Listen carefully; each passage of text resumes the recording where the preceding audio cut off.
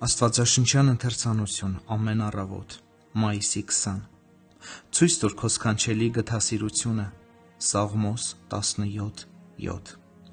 Երբ ողորմություն ենք տալիս, ողջ սրտով ենք տալիս, մենք զոհաբերում ենք առատորեն։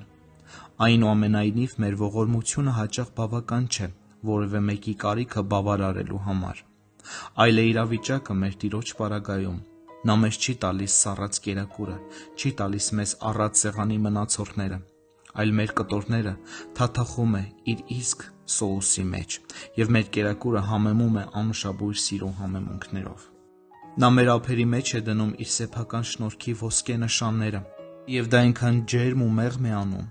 որ տալու այդ կարողությունը մենք գնահատում ենք այն նույն սանդղակով, ինչով և ստացված պարգևը։ Երբ նա հայտնվում է մեր տներում բարի կամքի այցելությամբ, նա իրեն չի պահում որոշ այցելուների նման օտար, որոնք հայտնվել են աղքատի յուղակում, այլ նստում է մեր կողքին, չարհամարհելով մեր աղքատությունը, չքննադատելով մեր թուլությունը։ Սիրելիներ, ինչպես է նա ժպտում, երբ խոսում է, ինչ անկին խոսքեր են դուրս գալիս նրա օրհնյալ շուրթերից։ Սիրո ինչպիսի գրկախառնություններով է պարուրում նա մեզանից յուրաքանչյուրին։ Նույնիսկ եթե նա մեզ ընդամենը մի մետաղադրամ է տալիս,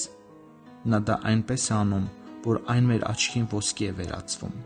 Այդ թանկարժեք պարգևները գտնվում են ոսկե զամբյուղում, նրա կրծքի մոտ։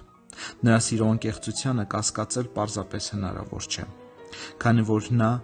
բոլոր բարերարությունների վրա կա սիրող սրտի հետքը։ Նա տալիս է ինքնակամ առանց տրտնջալու և զղջալու, առանց չնչին ակնարկի, անգամ եթե մենք իրեն ծանրաբեռնում ենք, առանց նույնիսկ մեկ սառը հայացք նետելու իր խնամքին եղողների ուղղությամբ։ Նա ուրախանում է իր ողորմածությամբ և մեզ սեղմում է իր կրծքին, տալով իրեն լիովին ու անմնացորդ։ Նրա զմուրսն ունի մի բույր, որ բխում է միայն իր սրտից։ Նրա խորցխամեղրը ունի մի քաղցրություն, որը հանդիսանում է հենց նրա սիրո հոգու էությունը։